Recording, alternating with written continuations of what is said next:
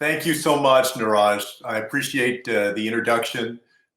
And I also want to say a huge thank you to Russ and to everybody at Joint Venture for the hard work that you do to bring people together, the model that you have set of convening and of activating people across Silicon Valley to solve problems and to make the community better, to build bridges, and to make progress in so many ways that benefit people of every background and every stripe. Thank you for having me as well, and to everybody who's joining us today. Hello from sunny San Antonio. I'm just happy that I can say that these days. Last week at this time, we were covered by snow and without power and without water. So if you'll just let me indulge in that. Hello from sunny San Antonio. I'm glad to be with you. It's always a pleasure to get to speak to folks from Silicon Valley. I'm happy to be with you for a couple of reasons today. First of all, because Silicon Valley provided the inspiration for me and originally was what got me interested in getting into public service in the first place. My brother Joaquin and I were twins, and I'm 1 minute older. He likes to say that I'm a minute uglier. We grew up on the west side of San Antonio with my mother and my grandmother in a largely Mexican-American neighborhood and an old part of the city. Went to the public schools of San Antonio, were able to get scholarships to go out to college at Stanford in 1992. And growing up, my mother had been a part of the Mexican-American civil rights movement. So she was very political. When we were 8, 9, 10 years old, she'd drag us to rallies and to speeches and to 3-hour-long organizational meetings that for somebody my age were very boring. And if you had asked me when I was a teenager, did I ever think that I would go into politics, I would have said, no way.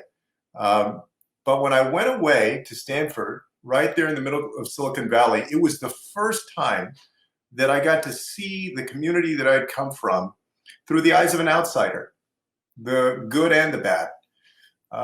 And what I saw in the Bay Area was a place that had higher education levels, higher income levels, that was more entrepreneurial and seemed to be more ready for the future than the community that I'd grown up in.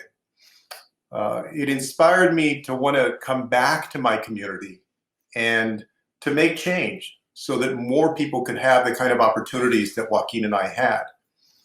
It's also special to be with you because I don't have to tell anybody who's watching that we're at a very particular moment in our nation's history. We're at a moment of real opportunity, a moment of reckoning, a moment where we have a chance to pivot and to come together and do big things again in this country, to fundamentally ensure that we live up to our values and our potential as a nation. I'm happy to be with you because I'm convinced that Silicon Valley has a big role to play in making that happen. And I want to talk a little bit more about that in a moment. These have been tough times. All of us have been impacted over the last year by a COVID-19 pandemic that has now taken the lives of more than 500,000 Americans, a recession that has come along with it that has meant that so many people are still out of work, so many small businesses are still shuttered, and even ones that are open are uncertain about their future. The murder of George Floyd last May reinvigorated a push for racial justice and equality in this country. And the election of last November and everything surrounding that inflamed a polarization in our country that we haven't felt in quite a while, that culminated in the unprecedented events of January 6th at the Capitol. It's fair to say that no matter how old you are watching this, we haven't seen times like these, quite like these, in our nation before. And the question for all of us in our capacity as private individuals, as leaders, as folks in the private sector, the public sector, and the nonprofit sector is, where do we go from here? How do we use our energy, our resources, our vision, our talent to ensure that our country can do something that it absolutely has to do, which is to build community, to create opportunity for everybody to have a shot at their dreams in this country?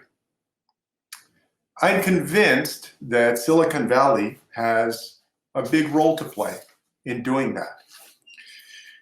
One of the takeaways of the last year has been, and many people have said it, that the most vulnerable among us have been the hardest hit, have been hurt the most, and also have often stepped up the most to ensure that the rest of us can have a good quality of life and economic stability.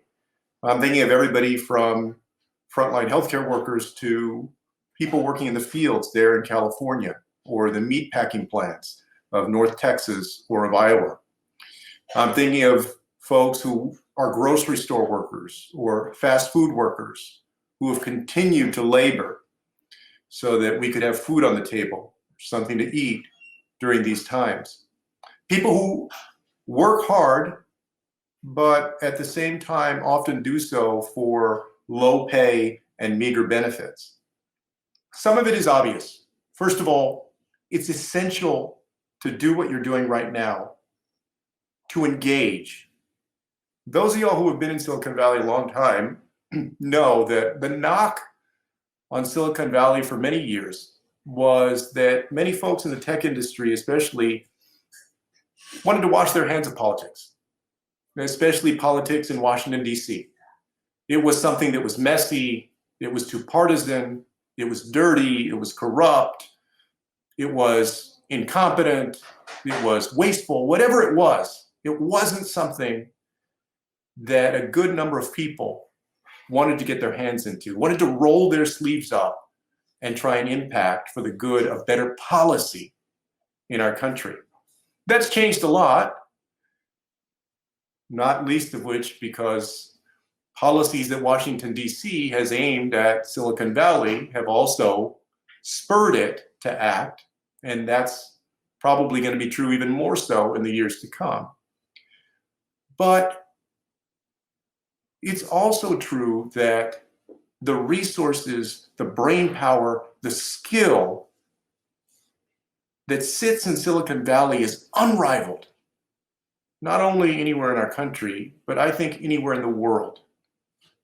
I hope that in the months and years to come, at this critical moment, that you will engage in our democracy, in our democratic process, every single way that you can.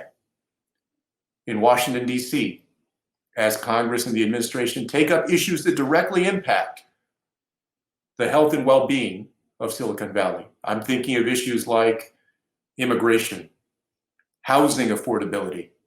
I'm thinking of issues related to infrastructure, and of course, health and well-being that are critical not only to the success of our country, but to the ability of Silicon Valley to thrive in the years to come. Secondly, I hope that you'll lend your talent in every way possible to help make progress possible on all of those issues and more. The depth of knowledge, of creativity that exists in Silicon Valley is enormous. Oftentimes that creativity has been aimed at making great products and services and revolutionizing the way that we communicate with each other, making our daily lives more convenient, easier, and changing our world for the better in most cases. But there's also an obligation, I think, to go beyond, to do things as simple as volunteering, lending those talents to the nonprofit sector, and even to the public sector. Some of the most promising partnerships that have emerged over the last few years in local government, in state government, and even at the federal level have been between governments and tech, trying to improve processes, create efficiencies, use technology to make sure that the essence of government, which is to make life better, to do its part to ensure that people are safe, that their well-being is taken care of, and that they have an opportunity to succeed, that government is able to deliver more effectively, which is something that I think that people of all political persuasions, whether you're Democrat, Republican, Independent, Libertarian, can agree with. If we're going to invest in a government in the first place, we want it to deliver on its promises and the value that we expect. A third is to do what you do best, which is to innovate. But to innovate around building community.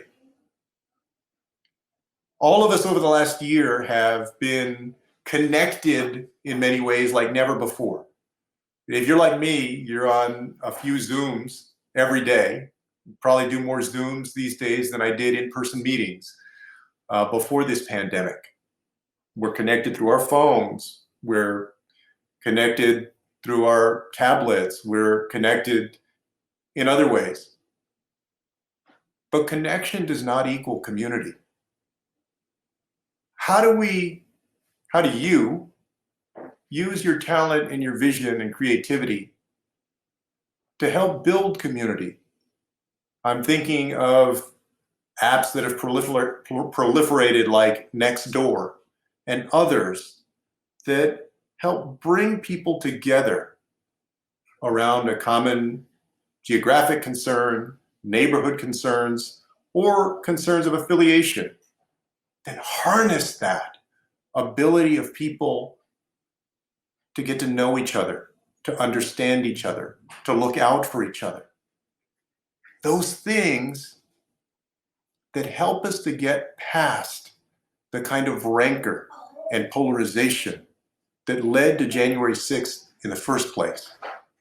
The ability of people of different backgrounds who may not have an opportunity to know each other directly in person, not even pass each other on the street or sit near each other on a subway, but through your technology, through your products, through your efforts, can connect and can form community like never before.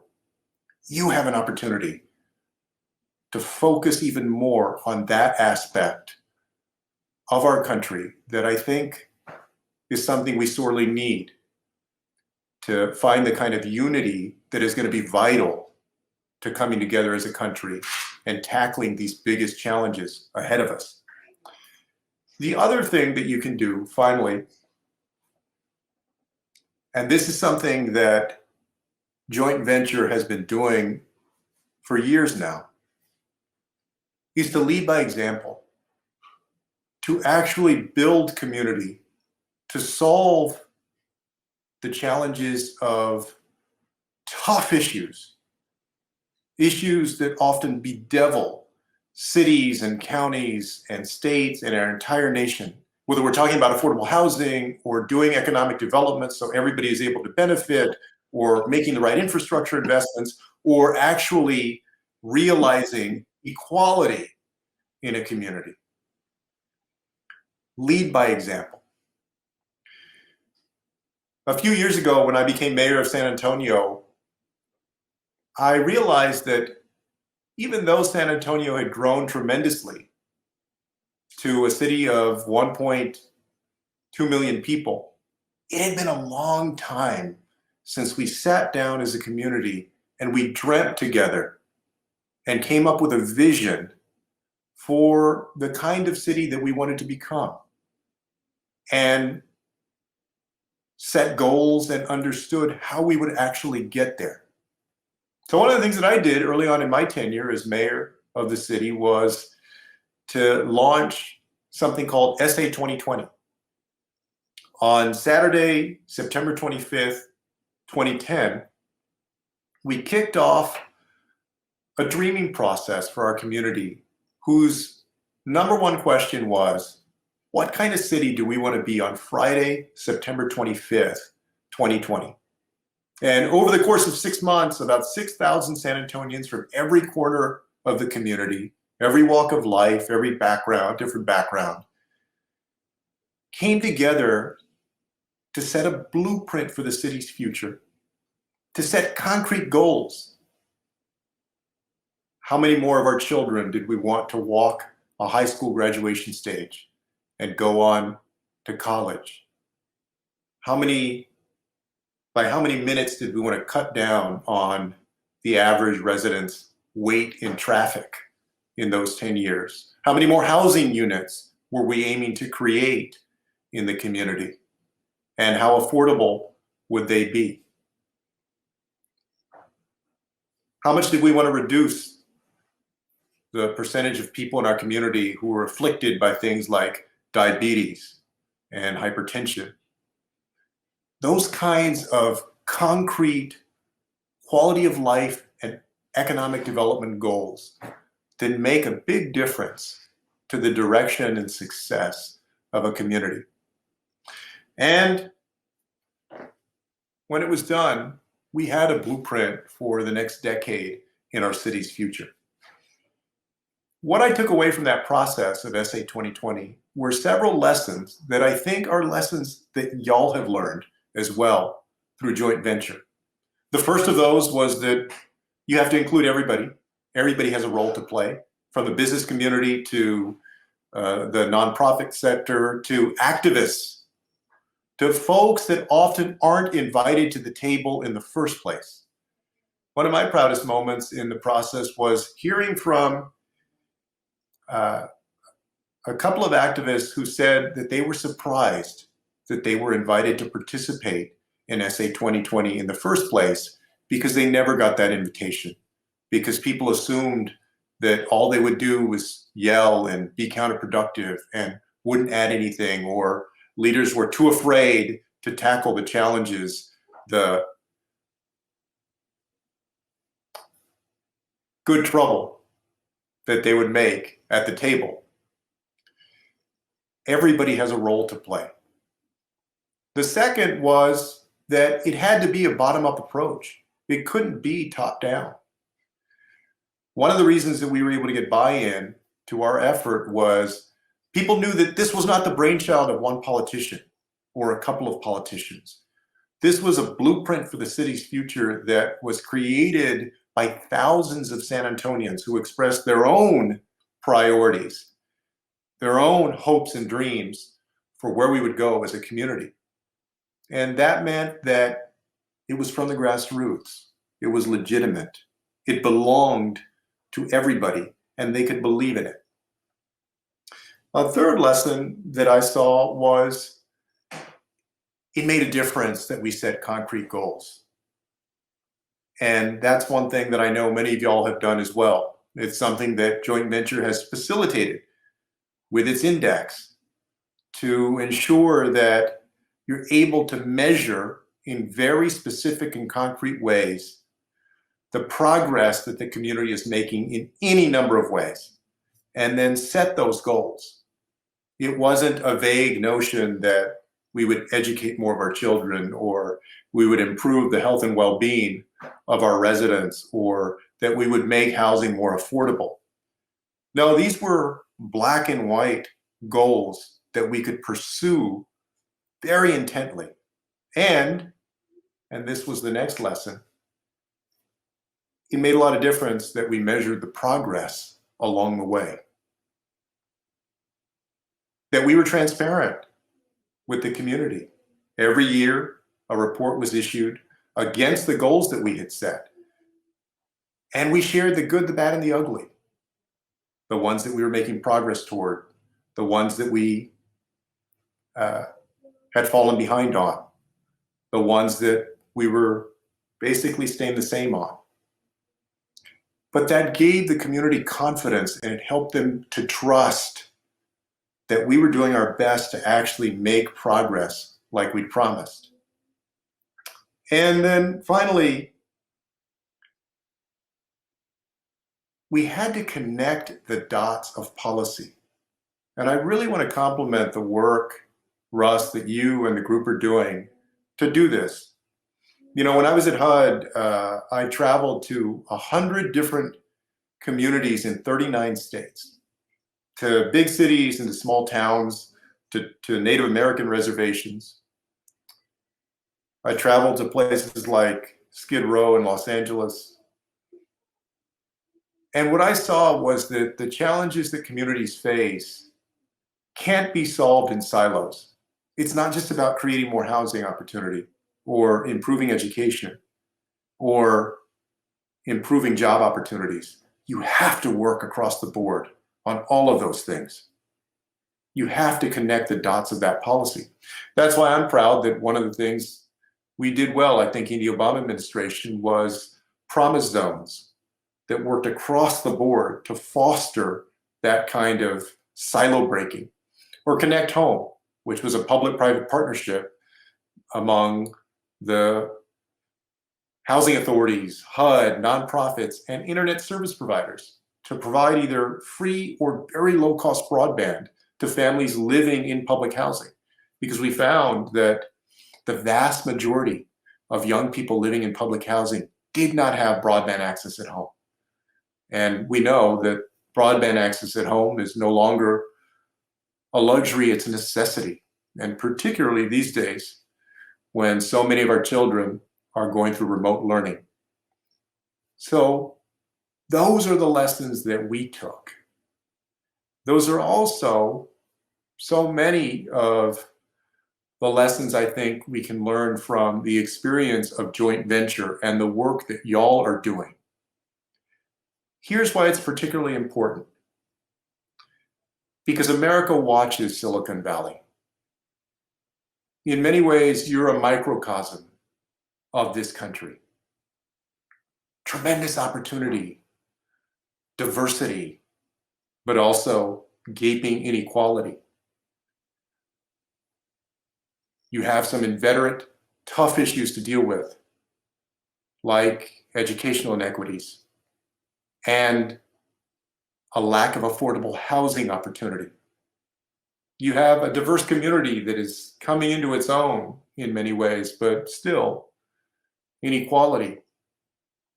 You have several transit systems that offer people a convenient way to get to work and get home. But how are they connected to jobs and to housing and to everything else that defines quality of life and economic opportunity? So the point is, you're important because as that microcosm, if you can get it right, if you can tackle these challenges successfully, you set an example that is powerful, that is moving, and that is bound to spur other regions into action. And as Russ and Joint Venture have recognized for many years, it has to be a regional approach.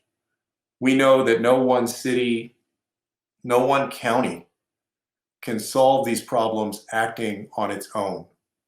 I saw far too many times that when it came to affordable housing, for instance, suburbs often thought that that was the big city's job, and they worked as hard as they could to try and keep affordable housing from being built. And that's just one example. We need cities, whether they're big or small, to work together. That is the glue that Joint Venture has been in many ways since 1993. The good news is that I think as tough as this last year has been, there is tremendous reason for hope. Each time in this nation's history that we've found ourselves in these toughest of times, the resilience, the optimism of this American community has come through, and it has made us stronger and gotten us closer to living up to the best ideals of our nation. And I believe that's going to be the case this time. Maybe the most poignant moment that I had serving President Obama was in March of 2015, being in the audience in Selma, Alabama, when he traveled there to speak at the foot of the Edmund Pettus Bridge, seated alongside Congressman John Lewis, to reflect on 50 years since Bloody Sunday, the march in which John Lewis and a group of activists who were protesting racial injustice were beaten and turned back. I'll never forget that day that President Obama, he spoke to the hopes and dreams of our country and said that we had to acknowledge all of the wonderful progress that we've made because people of different backgrounds had shown a true heart and a compassion for that progress and had worked together to achieve it. But at the same time, we shouldn't kid ourselves. We still had to make a lot of progress. When I think in the years to come of how we're going to make that progress, I think of all of the brain power, all of the creativity, all of the hard work, the diversity, the willingness to try new things, the willingness to fail in order to eventually succeed.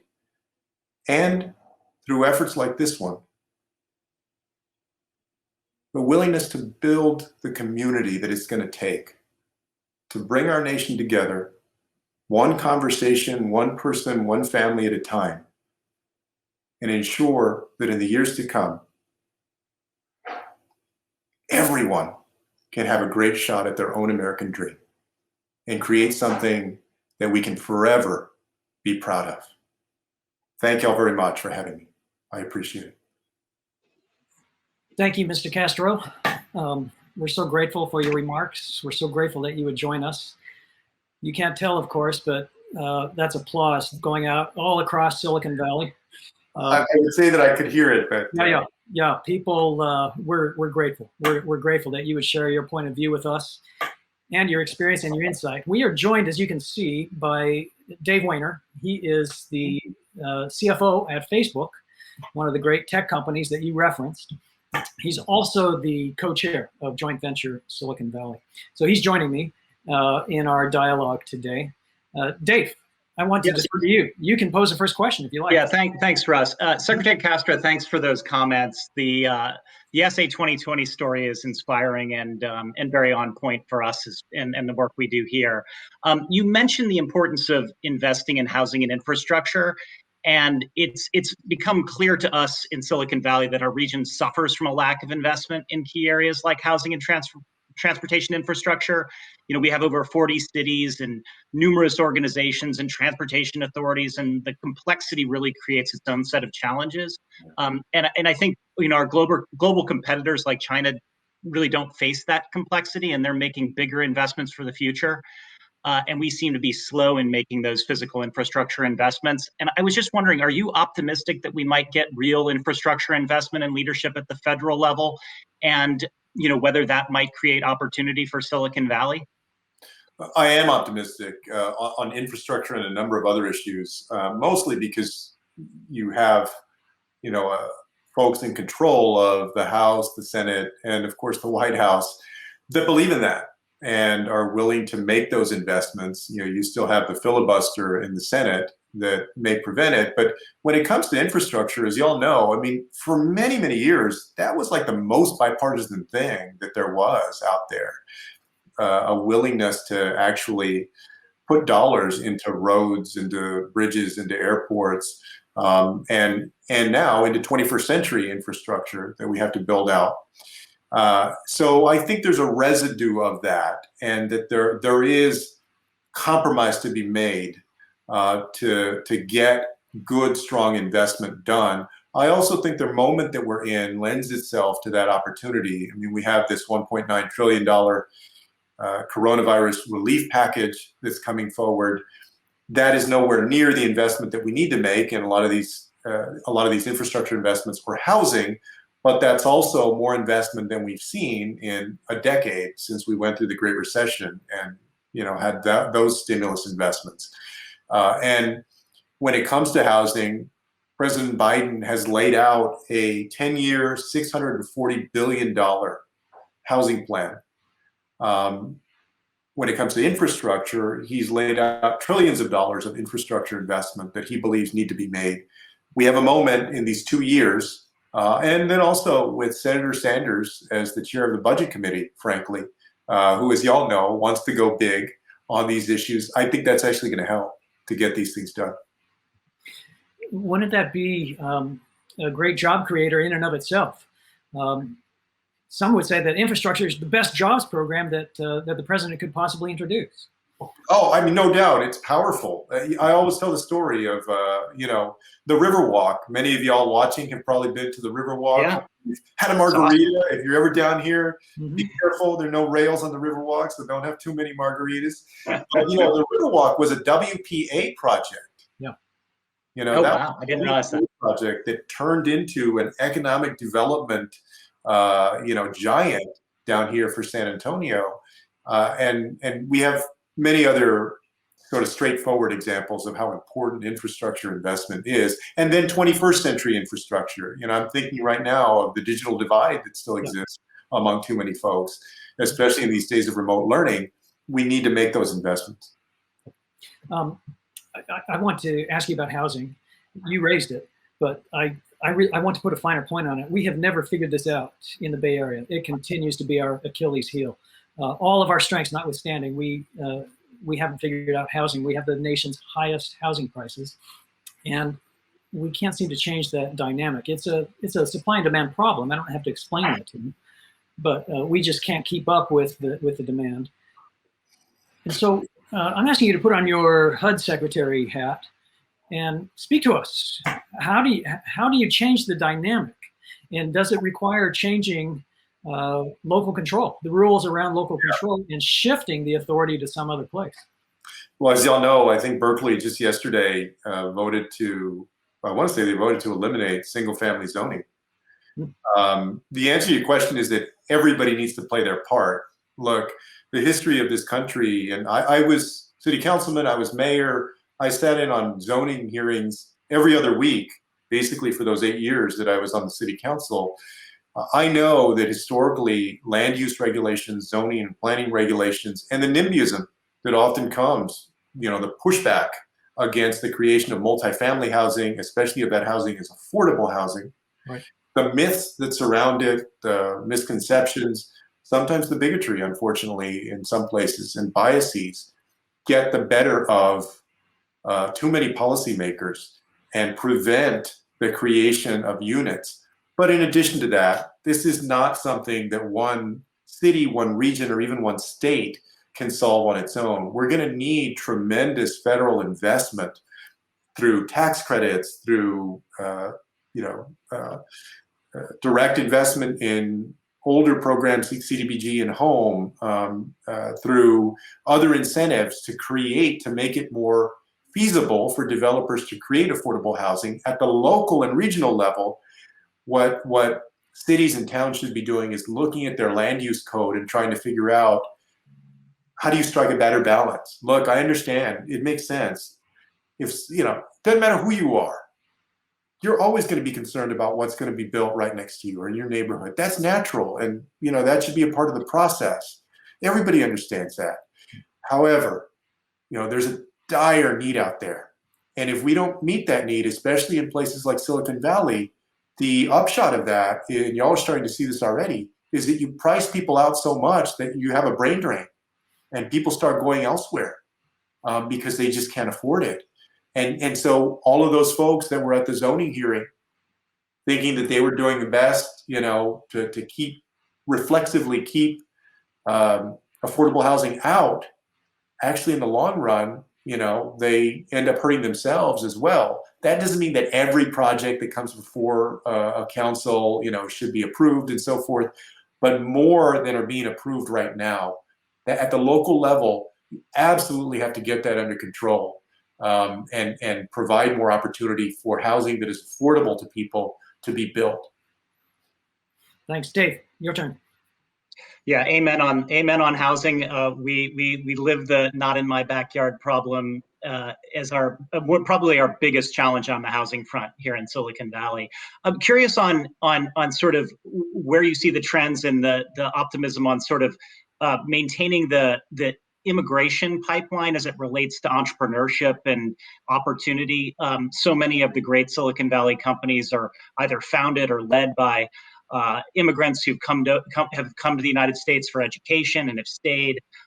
It's an important aspect of our competitiveness. What do you see as the outlook for that, and the ability to perhaps build a more bipartisan bridge on that front? Well, I see Silicon Valley as a key partner, a key part of the coalition to making immigration reform happen. The fact is that folks in Silicon Valley have relationships across the aisle, and have the resources to impact the process, to tell the stories of companies that are what they are because of the great work of immigrants. And I think, just both in polling and on Capitol Hill, the H-1B visas, similar opportunities here have more support than some other parts of immigration reform agenda. But I think that there's a synergy there that needs to be harnessed even more than it has been. And so, I applaud folks like Lorraine Paul Jobs and others who have taken leadership role in being a part of that immigration reform push. I'm actually optimistic that we're going to get something done. I think we can get that big package done that Biden wants to get done. But even if that's not the case, they're fully prepared to go with smaller, bite-sized reforms that will include making sure that we're always recruiting and retaining the best talent from around the world so that we can write that next generation of stories of companies that were founded by the creativity and the brainpower of people from other lands that have the big dream that played out here in America through their hard work and the work of others. Mr. Secretary, a lot of people through the chat window are asking your thoughts about the tremendous divisiveness that characterizes our country, especially over the last election. How do we get over that? How do we heal? How do we move forward? I think a lot of things. Let me just cut to the chase. Policy-wise, in the long run, in terms of Washington, I think if we did two things in Washington, if I could wave my magic wand and accomplish two things, it would be, number one, redistricting reform. We got about 15 states right now that have either bipartisan or independent style redistricting so that the people choose their politicians, the politicians don't choose their people. I think all 50 states should do some form of that. Y'all have that there, I think, in California. Yes, redistricting, yes. And you have it in combination with a jungle primary, which adds another layer of interest, intrigue to it all. We're a fun state. Yes. But then secondly, we gotta get over Citizens United and get the big dark money, I think, out of politics, or at least make it a lot more transparent. So what you want of politicians of any stripe is you want politicians to first be thinking truly about the needs of the people that they're supposed to be serving, instead of the needs of people that are going to contribute the most to the campaign. And overcoming that Citizens United decision with smart policy, I think, is a key step to doing that. But y'all are in the middle of this more than I am. I think, our social media platforms have a role to play with misinformation. They have been stepping up more and are doing that. We saw that on January 6th. I think that we need to invest in things like civics education. Some of what we saw was a symptom, I believe, of folks who are not able to separate fact from fiction adequately. And that's an indictment of our education system, and particularly our civics education. And we need to invest in that. I think that has support across the aisle. So those are just some of the things I think we can do. But then also what I pointed out in my remarks at the local level, the thing about the local level is that what I found was people know each other. And so they're more willing to look past the partisanship and, to work together, roll up their sleeves, figure out, okay, what is this problem? What is the best solution? in a way that often eludes folks in state capitals or in Washington, where people are more distant from each other and there's a party line that you got to toe. So you have a lot of power potentially there at the local and regional level. Dave? Secretary Castro, you've had the kind of very unique experience of being sort of mayor of a town, but also Secretary of Housing and Urban Development. I was just curious, what have you found to be the most effective ways for communities to engage the power of the federal government and maybe engage the state authorities? Any lessons as for us as we sit back trying to figure out how to make change happen here locally, but also engage with the federal government effectively? Yeah, two things. Number one, the squeaky wheel gets the grease. It's true. Squeaky wheel gets the grease.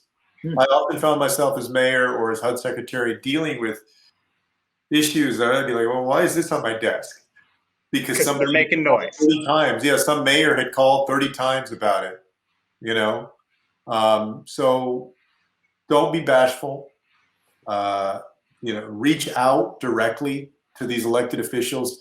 And the second part of that is that when it comes to the federal government, that your congressional representative is your best ally in actually opening doors, whether you're talking about to others in Congress, appropriations committee work, or in the agencies, whether it's HUD, Department of Transportation, things like Tiger grants or any number of other federal grant programs.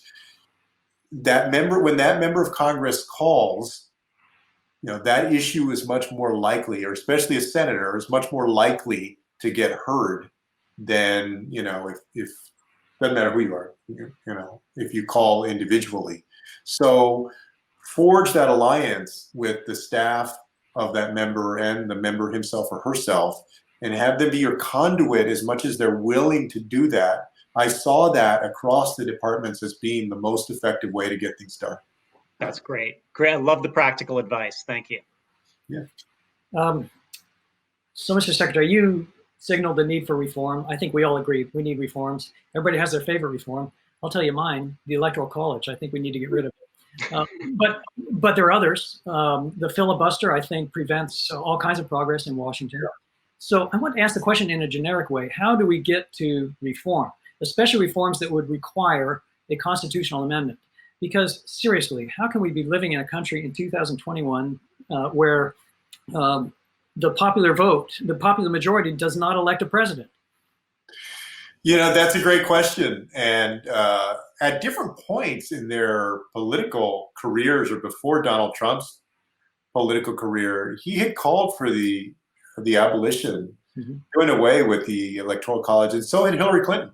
So when they ran against each other, you had two people that had said before then that we should do away with the Electoral College. I think more and more people feel that way, especially because we've had two candidates elected in the last 21 years who were not elected in the last 21 years that actually won the popular vote. I think that's time. But your question is, well, how do you get some of these big things done? How do you do it? Yeah. If you're talking about big investments, then there's a big push, as you know, in the base of the Democratic Party to do away with the filibuster. And I believe that we should do that. For all intents and purposes, it's been done away with in several circumstances already. The budget, the nomination of Supreme Court, or approval of Supreme Court nominees. So it's already been etched away at. And I think if we're going to ensure true equality in this country, the House of Representatives today, I think it voted for the Equality Act. But that may not get passed in the United States Senate because of the filibuster.